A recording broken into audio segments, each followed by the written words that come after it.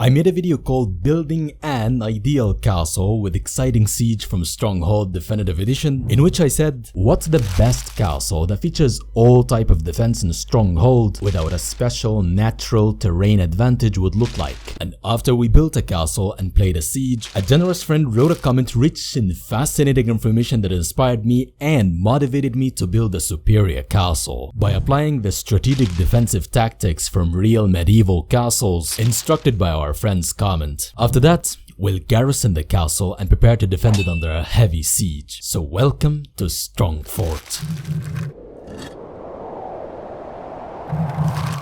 A user named MRK. I wish he had written his name, but he says, looks nice, keep it up. Thanks. Now, a few things I would like to point out. Watching this video and the one with the white castle, couldn't help but notice that the gates were either only one or too close to each other. You can watch the videos he talks about from the suggestions at the end of this video. 1. If you look at a real life castle, then you will find that there were special inner sections, specifically made for the enemy to enter and be surrounded by archers in fortified positions to snipe them down. 2. These pockets were usually made so that in order to go to the next gate, you must turn specifically left. This is explained by an obvious reason to a fort builder in those days, but not for many today, being the fact that people carry a weapon in their right hand and shield in left. When you turn left, your right flank unshielded is bare to the defenders, therefore you are a more easier target. You can even read things like this in the Old Testament, where it is specifically mentioned how many lefties a sieging army had, because they carried a weapon in their left hand and shield in the right. These troops were specifically devoted to storm a fortified gateway pockets, because of the obvious reason that they had a better chance to defend themselves in such situation. For the first time, I know that the Bible has texts mentioning military strategies, but the idea of positioning the inner gate to the left to force the right-handed soldiers to expose their right to the garrison fire is militarily brilliant.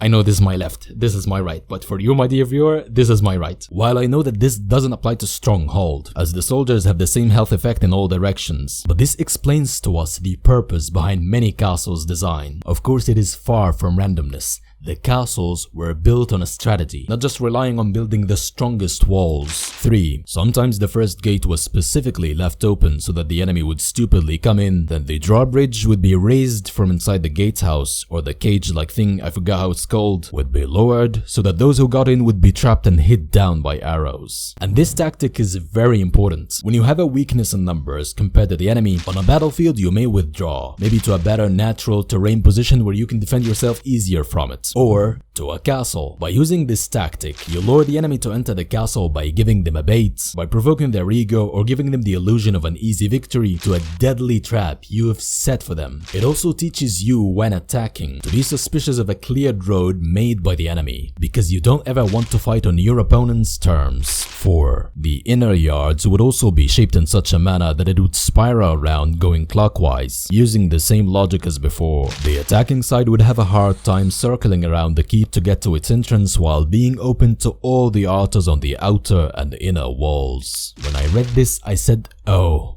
Now I understand why some castles had the keep not oriented to face the gates. I even made this while simulating Al-Hamra following Google Earth images without knowing about this wise design. 5. Very wealthy lords would build forts or castles with up to 3 rings of walls where you can get on top of which only from the inner ring that is closest to the keep, allowing each of the fortified rings to continue holding off the attackers, and at the same time preventing the attacking side from taking down the archers once they get inside one of the rings. These layers of fortifications apply also for cities. The capital of Carthage, for example, had 3 rings of walls around the city. When the Roman Empire was besieging it, the cost of those walls was probably millions or even billions in today's account. Of course, it is a city, not a small castle. However, previously I didn't like the way of any double layering of a castle or city defense, because I felt it like throwing some soldiers in the front line while others back in safety didn't help in the defense, like if they're a sacrifice for the Lord and his guards. But after reading this,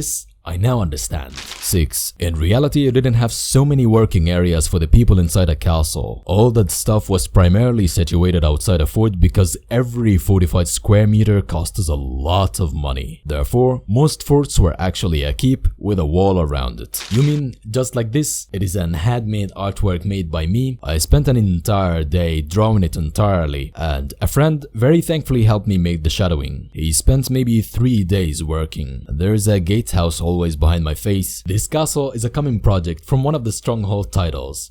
All Stronghold players would know which one. Most forts were actually a keep with a wall around it. Peasants would come in for safety during a siege, but not for living on a consistent basis. Such a big amount of people living on a square meter was unimaginable during those days, but that is a different topic. Now, I understand that this is a game mechanic, and if it allows you to build a sustainable ecosystem inside a medieval castle, be my guest. But if you are going for realism, or even better, looking for a challenge, then it would be nice if you consider this as well in your next video. The game does make the peasants outside the fortified castle. We see this in the AI opponents' castles, but it leaves the player to figure it out and build as he likes. I was putting the hovels within the walls because I was a very merciful lord and was having a bad feeling about my responsibility if I left these poor people's houses outside for the enemy to destroy it. But now I understand that it really makes more sense. 7, and at last, and I couldn't not say this, fortifications were not built in a field. If you were to build something so expensive like a stone fortress, something only a medieval king could afford, and even still, some of these projects were finished by their sons or even grandchildren, then you would take in mind every single advantage you could possibly get. And the first thing that you would look for is a high ground that would overlook the surrounding area. Better if you could build something on a cliff, so that there would be only one place where you could enter the castle. You would also prepare the surrounding area. Make sure that there were no places the enemy could place his artillery safely without the fear of being shut down by the artillery on the walls of the castle. Of course, man, yes, this is very important, no doubt, and was intended to be made in coming videos. But these 2 videos were only challenges. One to test Stronghold's defenses, Stronghold the game, and one was to simulate an artwork. But what you pointed out is obviously right. This is a ground for a battle, not for building a castle. It is even not a good place for battles, as all armies would also take extreme care of the terrain they would fight or march or even camp on it. As someone said, there is roads you should not take, and there is battles you should not fight.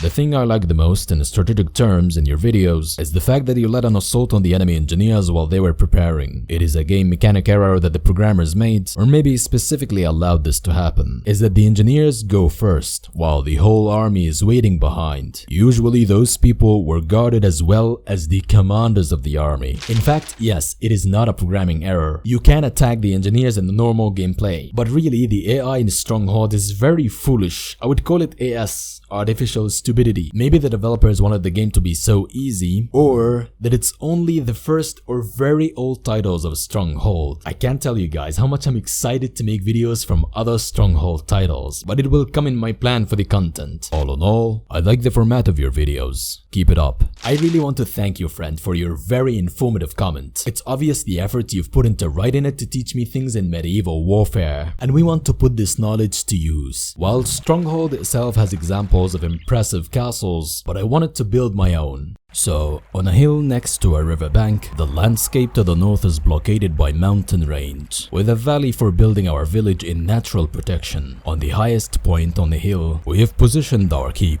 a large stone tower of the Lord's residence, and the ultimate goal for any attacking army. Around it, there is a stone curtain wall with strategically positioned towers, and the construction of the second layer of walls will create a massive killing ground between the 2 walls on different heights. While the march on this area specifically is very hard for any troops will climb under fire from 2 sides if they breach the first outer wall. And after we've fully garrisoned the towers and walls, here is one of the strongest European castles. The castle is protected from its back by the river of water and ready to cruelly repel the attacks from the front using the river of fire. Our walls are mixed with English longbowmen and crossbowmen, and we have the main outer gate with a large tower behind it ready to counter any breach directly, and the inner gate positioned to the left. The keep's entrance isn't directly facing the gate, and it's also garrisoned and guarded with melee troops, and the only bridge to the outer wall is far back in the castle and reachable only from the inner wall. To the north of the castle, we've built a village on the other bank of the river with a stable farming and economy. The problem is that this village, which is the source of food, is isolated from the castle. That is, if we exclude the possibility of fishing from the river from the castle walls. But the defenders may suffer from hunger if they faced a long time siege. We also have some trebuchets on the high ground of the castle, and we are fully ready for the coming attack with 200 English longbowmen on the walls and towers and 180 crossbowmen spread on every section of the castle, because we must be protected from every angle, 80 spearmen to repel any siege ladders, and around 60 heavily armored infantry with 11 artillery. Now, a massive allied army of the pig and the wolf has arrived from the eastern road, where they have encamped with 400 archers and 200 crossbowmen, with another 200 fast-moving warriors and 200 heavily armored infantry, half are armored pikemen and half are sword and shield knights, with 100 siege engineers, who set their equipment in a line directly in front of our castle wall. So I've ordered my artillery to counter the siege weapons with stone shells. But the enemy artillery has also opened fire on the castle walls and towers and the gatehouse, while the archers under the pig advance to fight the garrison. The wolf has launched his assault. However, I still don't want to light the attack in archers because I was confident in the strength of my garrison to repel them. But under artillery bombardment, the outer gatehouse collapsed, and its garrison retreated to take position on the inner defense. Now, the wolf and the pig have advanced their macemen and crossbowmen. This is the second wave of attack after the failed archers. And the macemen charged towards the castle, but this was intended for them. As many soldiers hesitated to enter our trap, they escaped that position looking for a weaker one, but not before we inflicted heavy casualties in their ranks. Meanwhile, the line of crossbowmen stood their ground in front of the artillery that continuously bombarding our walls, with all remaining infantry advancing directly, and siege ladders repelled by our spearmen on the walls. Push them off! The frontal edge of our castle was under heavy pressure from the enemy fire, but the infantry who dared to enter were rained by arrows and bolts. Now the consolidated advancing troops were lighted up. However, most of them were not on the river of fire directly, but we claimed many before they entered the killing ground. The enemy crossbowmen trying to cover the advance of the knights, who were the last and final wave of their entire combined attacking army.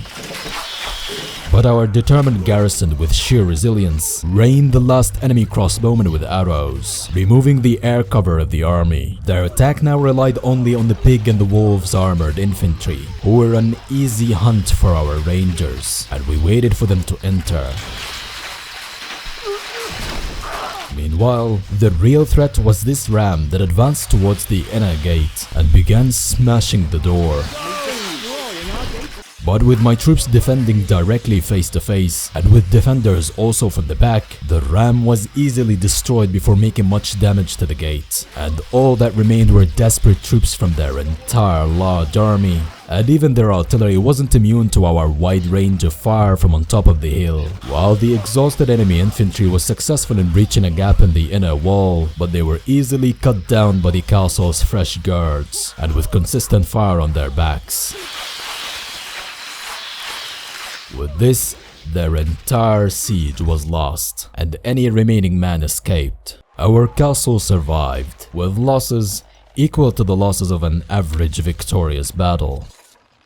However, a castle like this would never have succeeded without being crowded with troops, while this is actually less than normal, as in real life, these towers were hollow, allowing double the amount of archers that can be placed in Stronghold game only on the top of the tower to be positioned also inside and fire the enemy from these arrow slits. But on Alhambra, for example, it was less crowded with troops, with equal to less number of crossbowmen spread on the entire castle's walls, with very weak thin walls, but it was stronger under siege, even when attacked by an army on flat ground and bombarded with trebuchets. That was because of divide and conquer. In Al-Hamra we had a long wall with each tower having its entire range of fire free, but the defensive circle of this castle, even if it were built correctly with traps and a strong garrison, would still suffer casualties and be on the edge of losing. However, we saw that the AI attack was poorly coordinated. So can we organize an assault on this castle? While it might be somewhat unfair to attack a castle I know all of its secrets, but I need to besiege Alhambra first, just as I said. So don't miss that video and subscribe to Stronghold channel. Watch the videos we were talking about and I'll meet you there.